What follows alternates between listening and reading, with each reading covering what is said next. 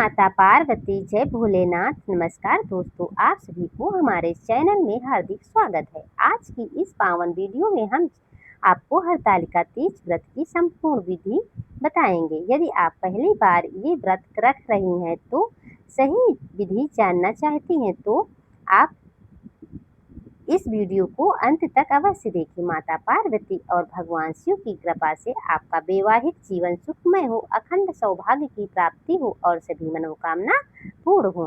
हरतालिका तीज व्रत की संपूर्ण पूजा विधि। तो चलिए भक्तों, आप लोगों को मैं बताती हूँ। ब्रह्म मुहूर्त में उठें, स्नान करके स्वच्छ या नए वस्त्र पहने। विवाहित महिलाएं 16 श्रृंगार करें, भगवान गणेश शिव पार्वती का स्मरण करें, व्रत का संकल्प लें।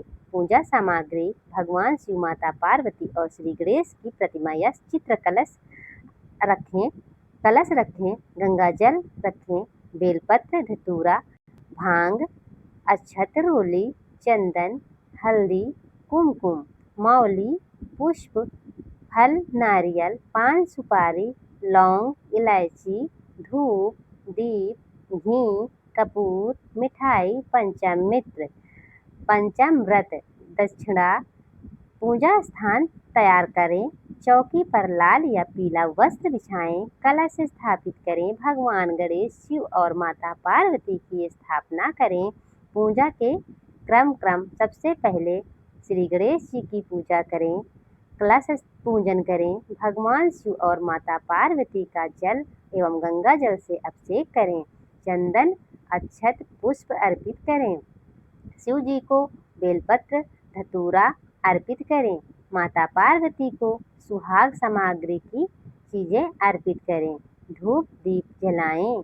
हरतालिका तीज व्रत कथा का श्रवण या पाठ करें। ओम नमः शिवाय और ओम पार्वते नमः मंत्र का जाप करें। अंत में आरती करें। व्रत के नियम: श्रद्धा और विश्वास बनाए रखें, क्रोध, झूठ और विवाद से बचें, भगवान शिव और माता पार्वती का निरंतर स्मरण करें, रात्रि में भजन कीर्तन या शिव नाम का जाप करें। अगले दिन पारण व्रत स्नान का पुनः भगवान शिव पार्वती की पूजा करें, जल अर्पित करें, ब्राह्मण या जरूरतमंद को दान करें, विधि पूर्वक व्रत का पारण करें। तो अब आइए भक्तों, मैं आप लोगों को हरतालिका तीज व्रत कथा सुनाते हैं। श्री गणेशाय नमः। एक समय की बात है, हिमालय पर्वत के राजा हिमवन और रानी मैना की पुत्री माता पार्वती बचपन से ही भगवान शिव को अपने पति के रूप में प्राप्त करना चाहती थी। उन्होंने मन ही मन महादेव को अपना सर्वस्व मान लिया था, लेकिन भगवान शिव वैरागी, योगी और संसार के विरक्त थे। उन्होंने प्रसन्न करना अत्यंत कठिन था। माता पार्वती ने अपने का संकल्प को पूरा करने के लिए कठोर तपस्या आरंभ की। उन्होंने वर्षों तक जंगलों में रहकर भगवान शिव का ध्यान किया, कभी केवल फल खाए, कभी पत्तों पर जीवन बिताया और अंत में भोजन तथा जल का भी त्याग कर दिया था। उनकी कठोर तपस्या से तीनों लोग आश्चर्यचकित हो गए। इधर भगवान विष्णु ने माता पार्वती को गुरु को देखकर उनसे विवाह करने की इच्छा प्रकट की। राजा हिमवान को भी ये प्रस्ताव अत्यंत उत्तम लगा और उन्होंने भगवान विष्णु से अपनी पुत्री का विवाह करने का निश्चय कर लिया। तब माता पार्वती को ये समाचार मिला तो वे अत्यंत दुखी हो गई। उन्होंने अपनी सखी को अपनी मन की पीड़ा बताई और कहा, मैंने तो मन ही मन, वचन और कर्म से केवल भगवान शिव को ही पति के रूप में स्वीकार किया है। यदि मेरा विवाह किसी और से हुआ तो मेरा जीवन व्यर्थ हो जाएगा। माता पार्वती की सखी उन्हें अपने साथ घने वन में ले गई ताकि उनका विवाह किसी अन्य से न हो सके। सखी द्वारा हर ले जाने के कारण इस व्रत का नाम हरतालिका तीज पड़ा।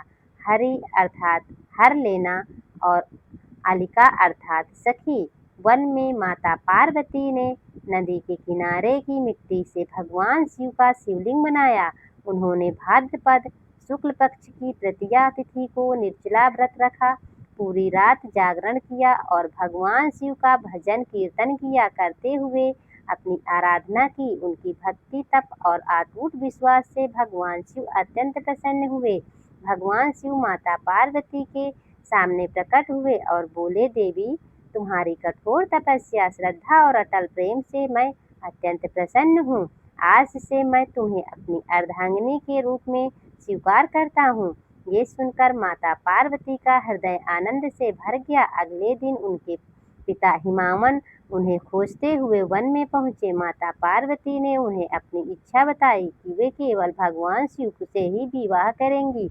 राजा हिमावन ने अपनी भूल स्वीकार की और भगवान विष्णु से क्षमा मांगकर भगवान शिव को साथ माता पार्वती का विवाह संपन्न माता शिव के साथ माता पार्वती का विवाह संपन्न कराया। भगवान शिव ने माता पार्वती से कहा, जो भी स्त्री इस तृतीया के दिन श्रद्धा, भक्ति और नियम पूर्वक हरतालिका तीज का व्रत करेगी, उसे अखंड सौभाग्य, सुखी दाम्पत्य जीवन और मनचाहा वर प्राप्त होगा।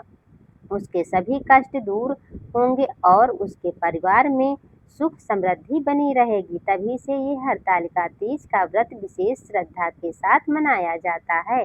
विवाहित महिलाएं अपने पति की लंबी आयु, उत्तम स्वास्थ्य और सुख समृद्धि के लिए ये व्रत रखती हैं। अविवाहित कन्याएं भगवान शिव जैसे योग और सद्गुणी पति प्राप्ति की कामना से यह व्रत करती हैं। कहा जाता है कि इस दिन भगवान शिव और माता पार्वती की विधि पूर्वक पूजा करने, व्रत कथा सुनने, रात्रि जागरण करने और शिव पार्वती का ध्यान करने से सभी मनोकामना पूर्ण होती हैं। इस व्रत का फल अनेक यज्ञों और दानों के समान बताया गया है। जो श्रद्धालु इस व्रत को सत्य, संयम एवं और पूर्ण विश्वास से साथ रखती हैं, उन्हें जीवन में वैवाहिक सुख, परिवार में प्रेम, संतान की उन्नति और घर में सुख समृद्धि का वास होता है। भगवान शिव और माता पार्वती की कृपा से जीवन की बाधाएं दूर होती हैं और भक्त को मानसिक शांति तथा आध्यात्मिक बल प्राप्त होता है। व्रत कथा का संदेश ये कि सच्ची श्रद्धा, धैर्य, तपस्या और अटूट विश्वास से भगवान अवश्य प्रसन्न हो जाते हैं। तो भक्तों, माता पार्वती की तरह यदि मन में दृढ़ संकल्प हो और भक्ति हो तो कठिन से कठिन लक्ष्य भी प्राप्त किया जा सकता है। तो ये कथा आप लास्ट तक सुनिएगा, आपकी सारी मनोकामना पूर्ण होंगी।